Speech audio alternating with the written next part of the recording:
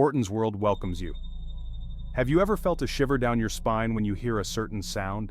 A sound that seems to whisper of things unseen, of shadows lurking just beyond the veil of our reality.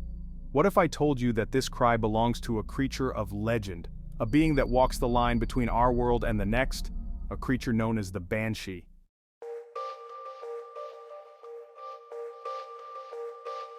Picture a land shrouded in mist and mystery, where ancient stones whisper tales of a time long past, where rolling green hills give way to rugged coastlines, and the veil between our world and the other world is thin.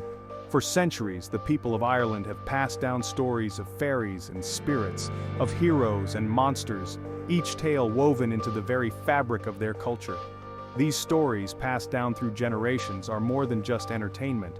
And among these tales, few are as enduring or as chilling as the legend of the banshee.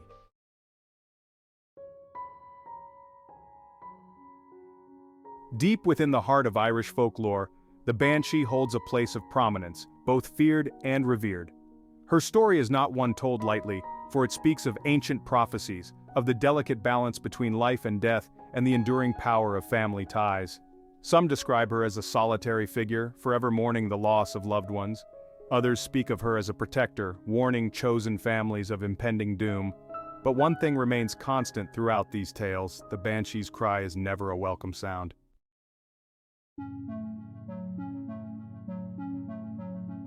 In the Gaelic language, the banshee is known as the Bean Sid, which translates to woman of the fairy mound. These ancient mounds, scattered across the Irish landscape, are believed to be portals to the otherworld, the realm of fairies and spirits. According to legend, the banshees are closely tied to these mystical places. Some believe they are guardians of the fairy mounds, protecting the secrets and power that lie within. Others say they are the spirits of those who died tragically, forever bound to the other world, unable to find peace.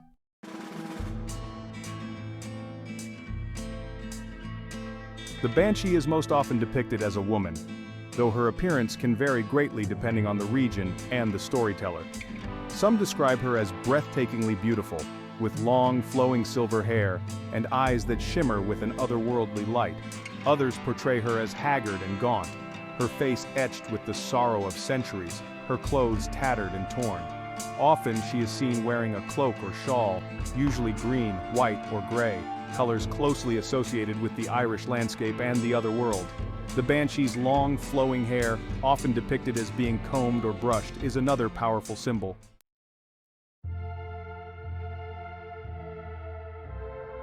Perhaps the most terrifying and defining characteristic of the banshee is her cry. It is not a scream of terror, nor a roar of rage, but a wail of deep, soul-wrenching sorrow. Some describe it as a high-pitched keen, echoing through the night like a lost soul searching for peace. Others speak of a low guttural moan, a sound that seems to seep into your bones and chill you to the core. To hear the banshee's cry is to be touched by the raw, untamed power of the otherworld, to be reminded of the fragility of life and the inevitability of death.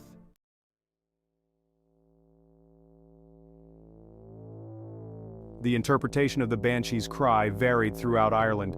In some regions, it was believed that the cry itself was a death omen. In other areas, the banshee's cry was seen as a warning, a chance for those about to face death to make peace with their loved ones and prepare their souls for the afterlife. Whether a death omen or a sorrowful warning, the banshee's cry was deeply unsettling, a stark reminder that life is fleeting and death is an ever-present companion.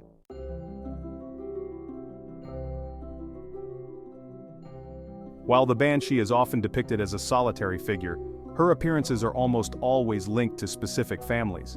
It was believed that certain families, particularly those of ancient Irish lineage, had banshees bound to them by blood. These banshees were not seen as malevolent spirits, but rather as protectors, guardians of the family's fate. They would appear only to warn of the death of a family member, their cries a mournful farewell to a soul departing this world. The bond between the banshee and these families was said to be unbreakable, passed down through generations like a solemn inheritance.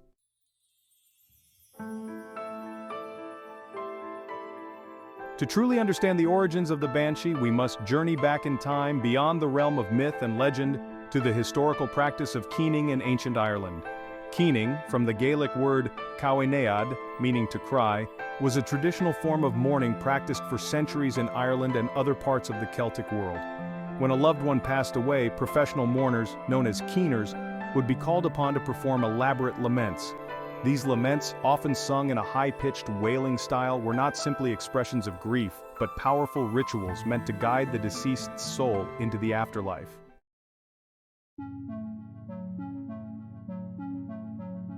Over time, as Christianity spread throughout Ireland, the practice of keening began to decline. The Church, viewing the tradition as pagan and superstitious, sought to replace it with more orthodox forms of mourning. But the keener, once a respected figure in Irish society, did not simply disappear from the cultural consciousness. Instead, she was absorbed into the realm of folklore, her image transforming from a human mourner into a supernatural entity. The banshee, with her mournful cries and association with death, can be seen as a direct descendant of the keener, her legend carrying echoes of the ancient mourning rituals.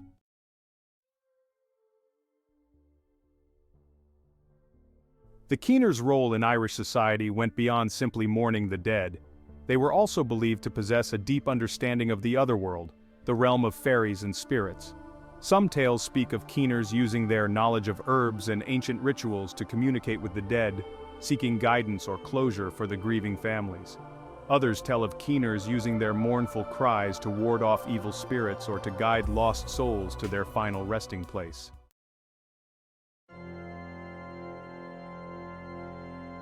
Across the Emerald Hills and windswept coastlines of Ireland, the names of ancient clans are forever entwined with the legends of their banshees. One such clan, the mighty O'Neills, rulers of Ulster for centuries, claimed a powerful and fearsome banshee as their own. Legend has it that the O'Neills' banshee was once a beautiful princess, wronged by a jealous rival and tragically murdered. Her spirit, unable to find peace, returned as a banshee, bound to the O'Neill clan by the threads of fate and vengeance. It is said that whenever an O'Neill was about to meet their end, the banshee would appear, her piercing cries echoing through the halls of their castles, a chilling prelude to tragedy.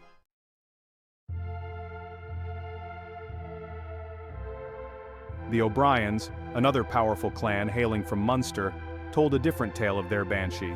Their banshee, they said, was not driven by vengeance, but by a mother's undying love. Legend has it that she was once a mortal woman, deeply in love with an O'Brien chieftain. But their love was forbidden, and tragedy struck, leaving the woman heartbroken and alone. When she died, her spirit, unable to let go of her love for the O'Brien clan, became their banshee.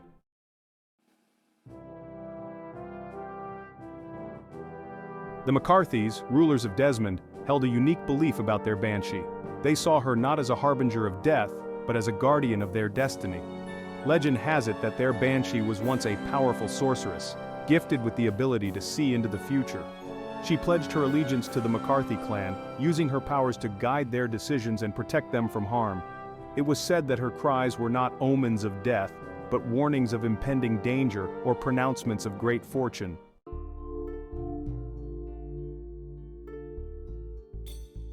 The tales of the O'Neills, the O'Briens, and the McCarthys represent just a fraction of the countless stories woven around the banshee and the ancient clans of Ireland. These stories, passed down through generations, highlight the enduring bond between the human and the supernatural in Irish folklore. The banshees, though creatures of the otherworld, were intricately connected to the lives and destinies of these clans. Their cries, whether mournful warnings or sorrowful laments, were threads woven into the very fabric of these families' histories.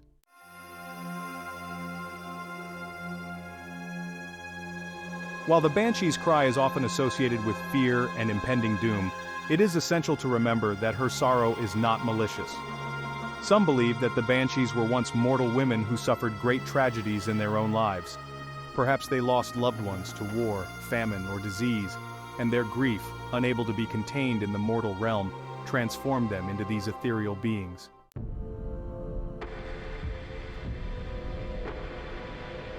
While the banshee's cry is undoubtedly unsettling, her presence is not always seen as a negative omen. In some tales, she acts as a protector, a guardian spirit watching over specific families or individuals. Her cries, though mournful, serve as warnings, giving those fated to die time to prepare their souls for the afterlife and to say their goodbyes to loved ones. There are stories of banshees appearing to those lost or in danger, guiding them back to safety with their mournful cries. In these instances, her cries are not a harbinger of doom, but a beacon of hope, a testament to the unseen forces that watch over us even in our darkest hours. The banshee's role as a guide extends beyond the realm of the living. She's often depicted as accompanying the souls of the departed to the other world, her cries a mournful farewell and a promise of safe passage to the next life.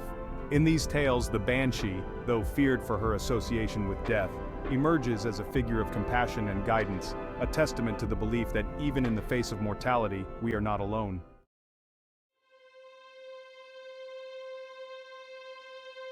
The banshee, like life itself, defies easy categorization. She is both terrifying and comforting, a harbinger of death and a guardian of souls.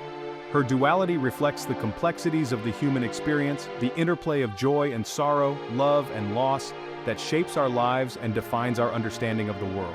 To fear the banshee is to fear the unknown, the inevitability of death that awaits us all. But to embrace her complexity is to acknowledge the cyclical nature of life and death, the understanding that endings are also beginnings, and that even in the darkest of times, there is beauty and meaning to be found.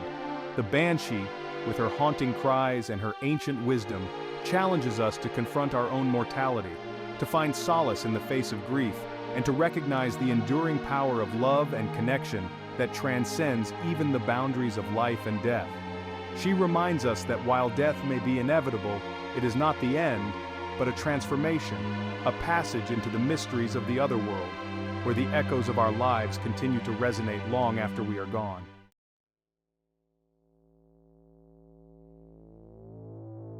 The legend of the banshee, passed down through generations of whispered tales and fireside stories, has never truly faded. Instead, it has transcended the boundaries of oral tradition, finding new life and new meaning in the realm of literature and film. From classic Gothic novels to modern horror films, the banshee has captivated the imaginations of writers and artists, her mournful cries echoing through the pages of books and across the silver screen. These modern interpretations, while often drawing upon the traditional elements of the legend, have also explored new facets of the banshee's character, delving into her motivations, her powers, and her complex relationship with the mortal world. Join us now as we explore how the haunting figure of the banshee has been reimagined for a modern audience, her ancient legend finding new life in the world of popular culture.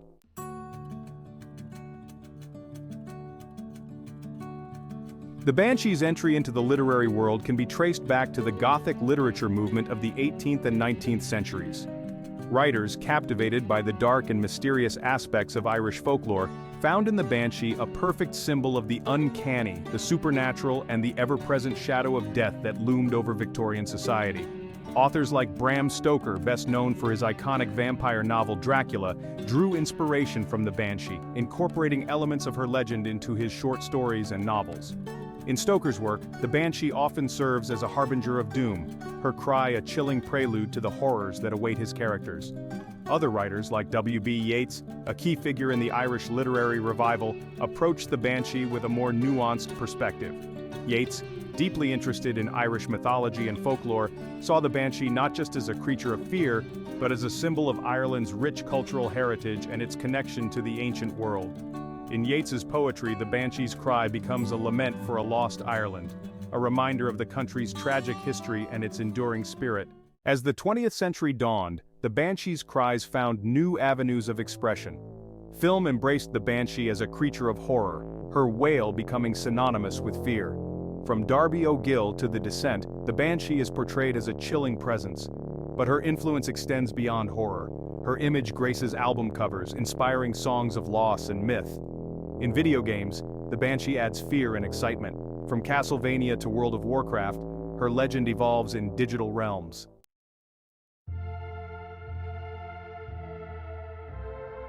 As our exploration of the banshee draws to a close, we stand at the crossroads of myth and reality. The banshee, born from Irish folklore, has become a figure of enduring fascination and fear, her cries echoing through human imagination. Whether a harbinger of doom or a symbol of cultural heritage, the banshee captivates and unsettles us. Her legend speaks to our deepest fears, reminding us of our mortality and the mysteries beyond our existence. The banshee's cry continues to resonate, a haunting reminder of timeless stories that frighten and fascinate. Thank you for watching The Haunting Cry, unveiling the myth and history of banshees. If you enjoyed this journey into the mystical world of banshees, please like, share, and subscribe for more captivating tales and legends. Stay curious, and until next time, may the myths guide you.